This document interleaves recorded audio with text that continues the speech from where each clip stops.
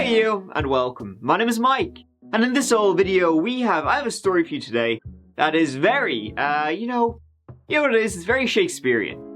And by that I mean, it's a hoot and a holler. Part, tragedy, and part comedy. It's very much like your man wrote it, and so therefore it's fitting that we have an actual Shakespeare in this old one. Abraham Shakespeare, that name might, ring-a-ling a few bells. But there's a lot more to this story than I thought anyway. See, he was extraordinarily lucky and extraordinarily unlucky at the same time. Abe here, he won the lotto, and then it's the usual horror story as everyone around him wanted a slice. They wanted a taste, including a woman named Dee Dee. She was just a little more thorough than the others. Let's give it a give.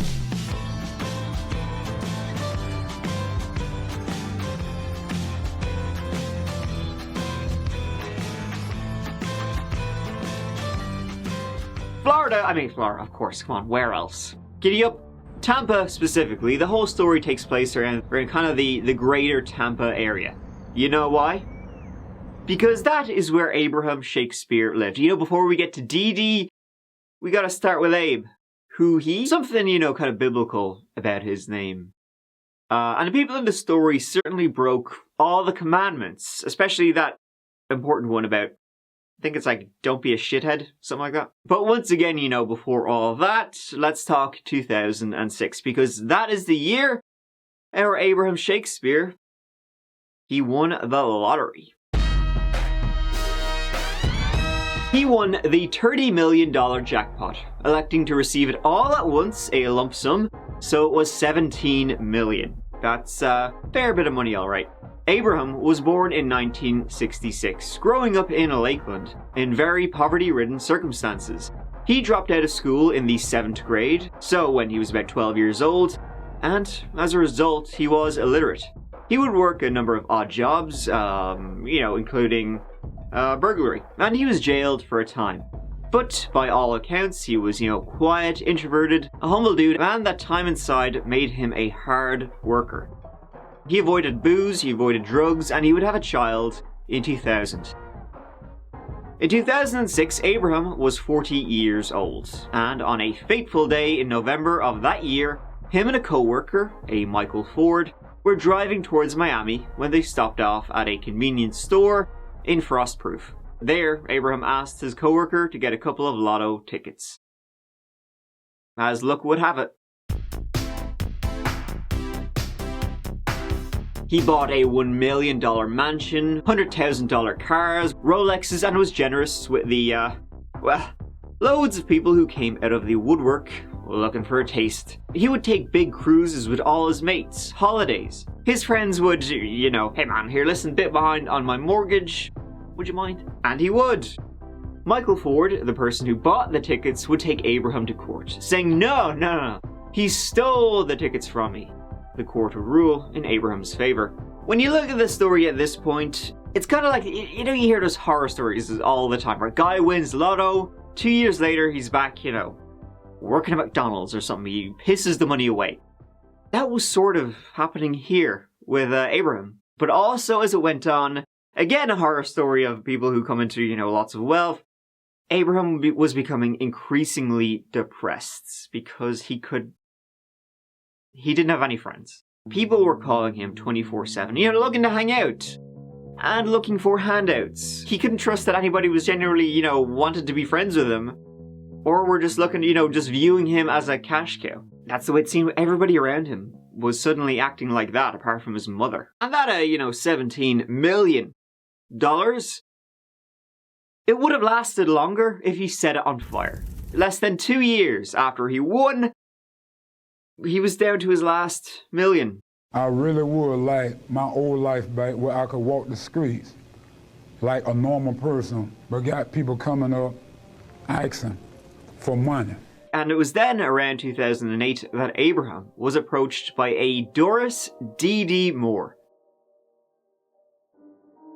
She initially approached him to write, a rags to riches story, and how, maybe, it's not always greener on the other side. But hey, rather cry in my Ferrari, you know what I mean? But soon, And I mean, real soon, she became his financial advisor. See, she herself, had come from small, whatever, and made it big. And she wanted to write a book to inspire others. While she was discussing this with a friend, they mentioned Abraham. They'd sold him his mansion, and he had an interesting story also.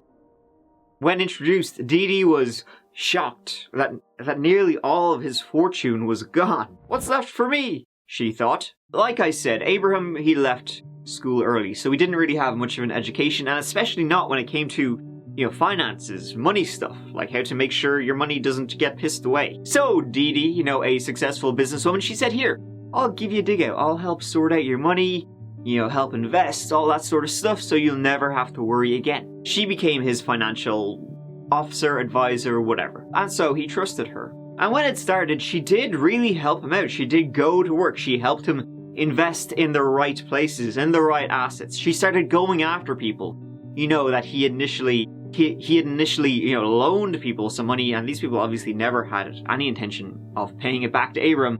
So she would go after these people, making sure the money came back. So people, around the area, in the circle, they started seeing Dee Dee Moore a lot more, as she became known to them. And it was around that time that they also started to see Abraham Shakespeare a lot less. On the 9th of November 2009, a cousin of Abraham's contacted the police, reported him missing. Abe hadn't been seen since April 2009. Anything to do with Abraham, money, repayments, was now being done through Dee Dee. And people wondered, and they worried. And the investigation began. Have you seen this millionaire? His name is Abraham Shakespeare. This is him being interviewed after he won a $30 million Florida jackpot. We first received information from a confidential source and confirmed it through some family members that, by the way, no one's seen Abraham since April the 7th. We initially thought maybe he left because he was tired of people tugging at him all the time. Natural. But as the investigation goes on, we've been through Christmas and New Year's. He's had absolutely no contact with his mother and his 8-year-old son, which we understand he loves dearly. We suspect the worst. Do I think that you're a cold-blooded killer? No, I hope you're not a cold-blooded killer. I have not killed him. I hope he's not even dead. He's not. I honestly can't look at you and believe a word that's come out of your mouth. You have lied and lied and lied. So, who exactly was Dee Dee? Well, a con artist, a big one, and she was a native of Plant City. Plant City is about half an hour due east of Tampa. About 40,000 people live there, largely rural enough, a lot of strawberries there. They even have a festival. Hey, I booked my tickets, and in 1972 it was the birthplace of our Dorice Dee Dee Donegan. She had a happy little childhood in Plant City. She was in the Girl Scouts, she was a cheerleader. A lot of what you think is maybe the, idyllic, all-American childhood. But you know what? Lame. That's what Dee Dee thunk as she was like, F this S, I'm Audi 5000. She didn't come from a wealthy family, something she realized when she started in high school. But she wanted to, and she wanted to be out of there making the big bucks. Shove that up your strawberry. Success. After high school, she went on to study to become a nursing assistant, because she said she wanted to help people. She said she lied. Well, see, this part is odd, because it's so at odds as to what Dee Dee will later become. She got her nursing assistant certificate in 1991. And she was described, she was generous, she would help people with bills, she would help people with money. It's like, what happened?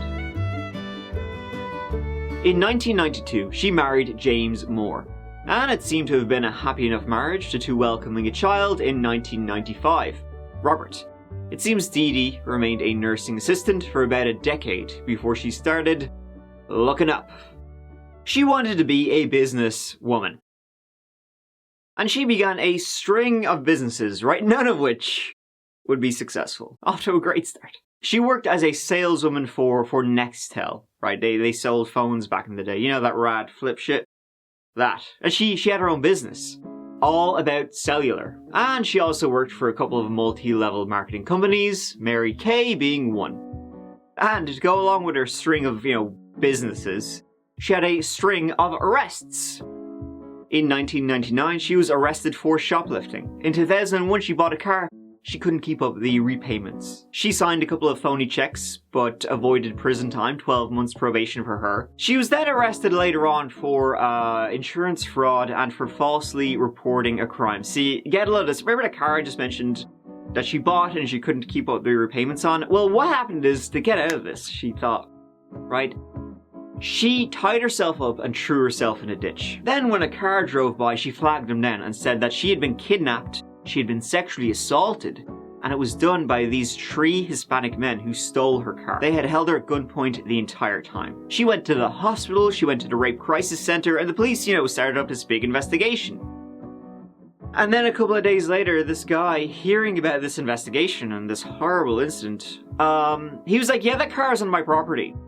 And Dee Dee Moore paid me $500 to just hold on to it. Police quickly realized she hadn't been kidnapped, she hadn't been attacked, and that she had just hidden her car to avoid it being repossessed.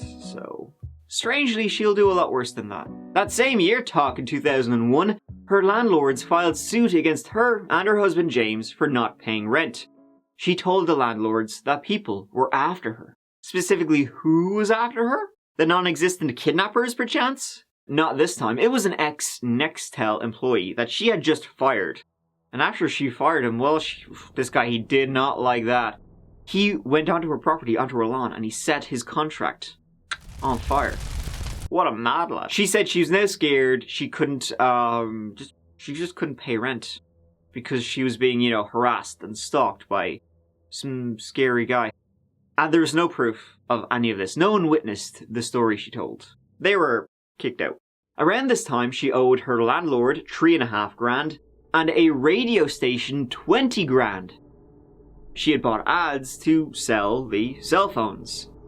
So she declared bankruptcy, the good old get out of jail free card, in 2004. Then she created a new company. Maybe this one will make me rich. This was called American Medical Professionals LLC. They were a nursing staff agency. It genuinely was successful enough. She was raking in about 200 grand a year. But Dee Dee, of course, she couldn't resist being a con artist. And it's not like she was doing it out of desperation. She was earning, decent, good, quite good money. She was just addicted to it. Addicted to fucking people over. She loved, having the last laugh. See ya, suckers. Ultimately, in this one, she won't have the last laugh. For example, in 2006, a couple gave her $60,000 that Dee Dee was supposed to help use to set up their company. Of course, she pocketed it. This Simpsons joke, that's her whole life. Now give it back. Give what back? She never faced charges in that one, lack of proof, so of course she kept doing it. Over the next few years, companies came, companies went, until then, of course, she met our Abraham. See, Dee Dee had a very high opinion of herself. She was quite narcissistic, as I suppose probably all con artists are, and she saw herself as a rags to riches story. So she wanted to write a book. Feel good, inspirational, you can do it too. Hey, all you have to do is, lie, rob, swindle, fuck people over, and you can be rich like me. So as I said, she wanted to write a book about herself, and a friend introduced her to Abraham as another rags to riches story, and eventually she took over his life. She was divorced by this stage, living in Abe's house, the mansion, and the police went to speak with her. Dee Dee told the police she had bought the house from Abraham. And not just that, most of his assets too were now in her name. And he had gone into hiding because he was just so sick of people, trying to get his money. He ran away, probably sipping on margaritas in the Caribbean. And she showed the police. He had signed documents and all, showing that he had essentially left her in charge and she now owned, all his shit. It was either in her name or Abraham Shakespeare LLC's name. And of course, Dee Dee was in control of Abraham Shakespeare LLC.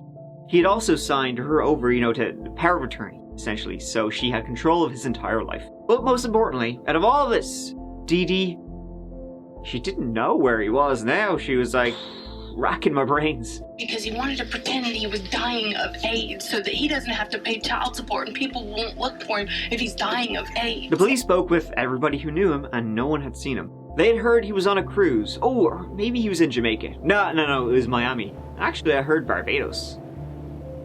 Everyone had heard something different about where Abraham Shakespeare was today. But they had all heard it from Dee Dee. So this lasted a few weeks, and the police realized nothing made sense. Abraham would be on his phone 24/7, all day long, going through his phone records to see if they could find some clue, because people were calling him all the time. That was until the 6th of April 2009, and then it stopped. Suddenly, just suddenly, it stopped without warning. All communication. They also noticed that that day, Dee Dee and Abraham were texting each other from the same location. Later, on the 27th of December 2009, someone called Abraham's mother claiming to be Abraham. And obviously, as his mother, she realized that was not him who called her. But this guy was, hey, I'm Abraham. Of course I am. I'm alive. I'm all good. Don't worry about me. You don't need to look into it. It's fine. The number was traced and it tracked down. And it led to a guy. Not Abraham, shockingly. It led to a guy named Greg Smith, who told the police that Dee Dee had paid him $5,000 to call Abraham's mother, pretending to be Abraham. The police explained the situation and he agreed to help out the police with whatever they needed. Later, Dee Dee was named a person of interest in the disappearance, possible murder of Abraham Shakespeare. Now, she says she too cannot find him. Sheriff Judd isn't buying it. She was texting from Abraham's cell phone to her cell phone and to other people's cell phone, giving the illusion that it was Abraham. How do you know she has his cell phone? She told us. And she told you she did the texting? Yes, because she was creating the illusion for him to stay hidden. In the only interview she has given, Dee Dee Moore told the Lakeland Ledger she believes Abraham Shakespeare is still alive. I think that he'll pop up if he realizes how the extent of what level this investigation went to. Then she began to cry as she complained about the police search of her home and car. I'm done. What else can they do to me? They've turned my life inside out. Dee Dee then contacted Greg again a few days later and asked him, hey, just by any chance, you know anybody who'd be willing to take the rap for murder, mainly? He said, yeah, I know a guy who's gone to prison anyway, so, cough it up, we can sort this out. But he said, you need to tell me everything, because I have to make this, believable to the cops, right? So he found an undercover cop. These cops are trying to frame me for killing Abraham. I really didn't kill the man. What do you want? 50 grand. Okay. Can I do it in payments? You're going to be a legend, and you're going to be in a book, and probably on the Oprah show. After she thought she found someone who would take the fall, a few days later, she gave Greg the murder weapon and led him to where the body was. Came into the newsroom within the last 2 hours. The Hillsborough County Sheriff's Office says the human remains found yesterday do belong to the missing lotto winner Abraham Shakespeare. Big break in the case came earlier this week when a tipster told them to check out a home off East State Road 60 in Hillsborough County. When detectives arrived at that home, they started digging in nearby woods, and they finally zeroed in on a 30 by 30 foot concrete slab yesterday. Now, they brought in heavy digging equipment, and after ripping apart that slab, they found Shakespeare's remains. An autopsy earlier today helped investigators confirm their suspicions in this case. And the home. Of course, when Dee Dee took over Abraham's finances, she instantly made sure that was her money as quickly as she possibly could. She was, this is mine. Literally 2 months after meeting him in January 2009, she transferred $250,000 of his money to her company, American Medical Professionals. They had debt. She bought herself cars, formed accounts in his name, forged his signature, formed Abraham Shakespeare LLC, and then had him removed from all accounts. She kept busy, I'll give her that. What else did she do? Basically, she had everything. In March, after Abraham tried to go to the bank and withdraw some money, and he couldn't. He started to become very concerned about her and what was going on with all his money. He didn't even know where it was. In early April, she filmed this video. This was to make it look like, he planned on running away, that he was hating everyone. Do you get tired of people asking you for money all the time, Abe? Give me your opinion on it. I've been tired a year ago. You just ready to start living your life, huh? They don't take no for an ounce or so. And just let them keep on and keep on acting. Mm-hmm. Yep. So where do you want to go to? It don't matter to me. I'm not a picky person. California? You want a foreign country? About ready? Cozumel? About ready? Yep.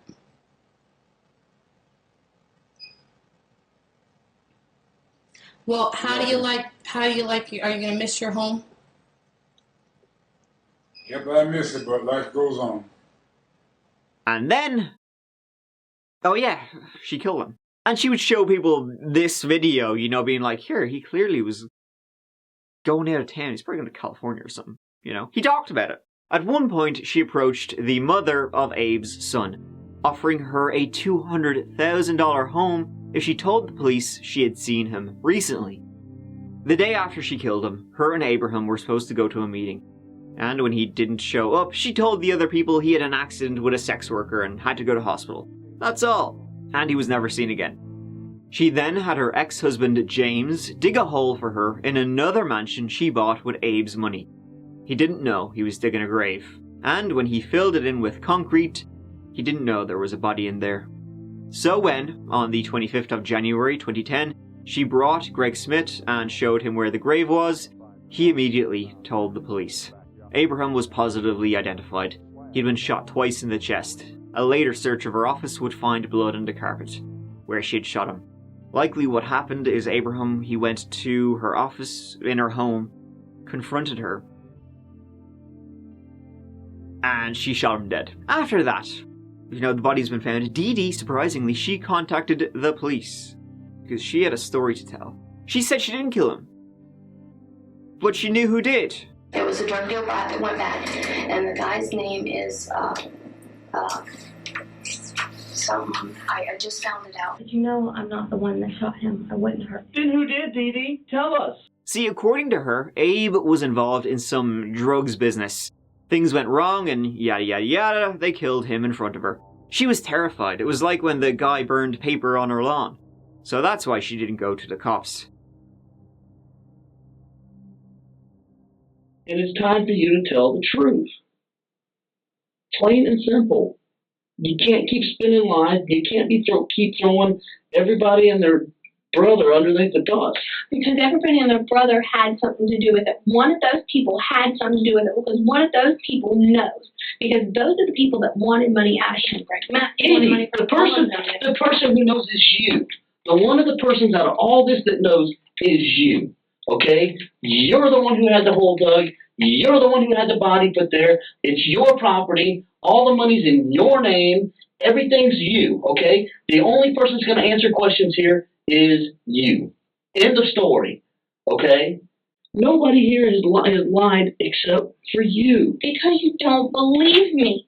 Because you lied. And tried. Because I don't believe your lies? Because I've had to lie because you don't go and look out. Nobody else.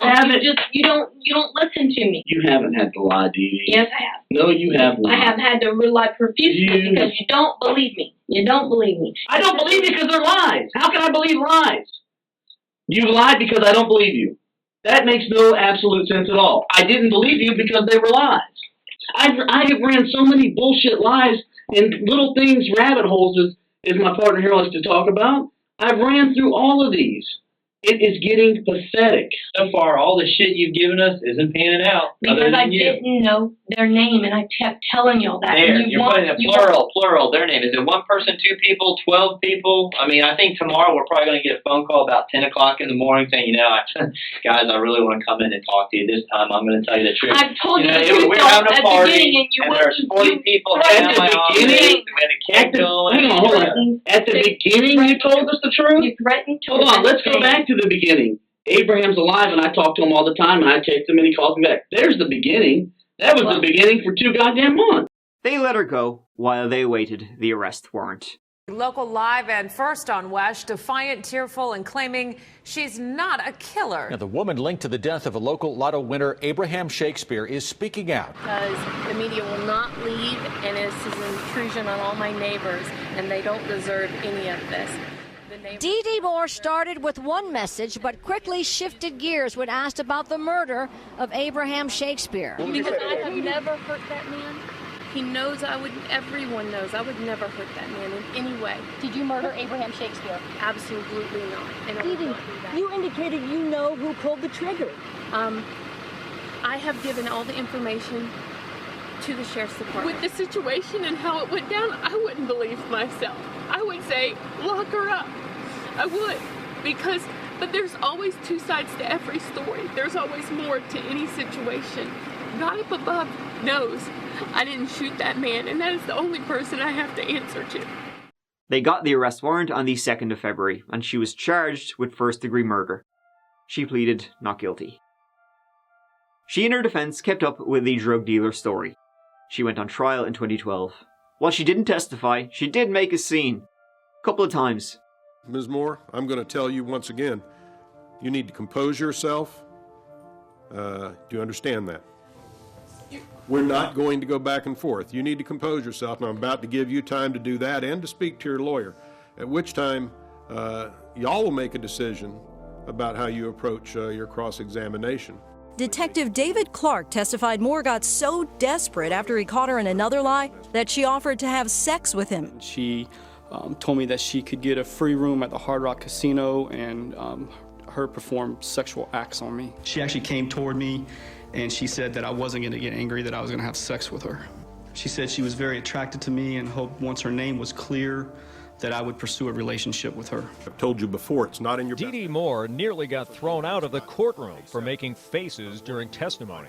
Ms. Moore, I've cautioned you throughout these proceedings, and any gestures, facial expressions, audible comments showing approval or disapproval are not acceptable. Dee Dee Moore was treated in the jail infirmary after she complained about pain from her leg restraints. I had an anaphylactic, sorry, my tongue. I had an anaphylactic shock. It's been reported to the court that you may have engaged in conversations that could be construed as threats to witnesses in this case. Accordingly, you are now being excluded from these proceedings. You'll go outside where law enforcement will have an opportunity as appropriate to interview you. Now step out. I want you to talk to her again. You are to compose yourself. That is to stop. Do you understand me? Yes, sir. She was found guilty of first-degree murder, mandatory life in prison. State of Florida versus Dorice Dee Dee Moore. Stone-faced, unlike past tears or smiles. The defendant is guilty of first-degree murder. She maintains her innocence to this day. She really was one of the bigger con artists I think I've seen, kind of pieces of shit. She would swindle anybody and everybody out of their last dime, not caring about anybody or the future. And she didn't give a shit about her actions or who it affected the entire time. She was a true sociopath in that way. There was no end game in sight for Dee Dee. You know, as soon as she had used up Abraham's money, she would just find her next victim. The next poor bastard, scamming them out of money, hard-earned or no. In an interview with ABC, she was still completely delusional. Or just, responsibility? Not for me. Actually, earlier on when I said she wouldn't have the last laugh, it actually turns out I'm wrong. Did you bury him in your backyard? Absolutely not. Why are you laughing? Because... A man is dead. He's been murdered, yes, clearly. Yes. And you're laughing. Yep. Because I find it entertaining that people are that ignorant. God knows I'm innocent. That is one person that knows I'm innocent. I think people are complete idiots that think I had anything to do with it. Although this is still pretty funny. These are witness statements. You understand These that? witnesses don't exist, and that certainly looks like your handwriting. What do you mean? That looks like your handwriting. What you said were witnesses' notes. Looks like your handwriting. Thank you so much for watching this whole video. Hope you enjoyed it. At least some of it, maybe.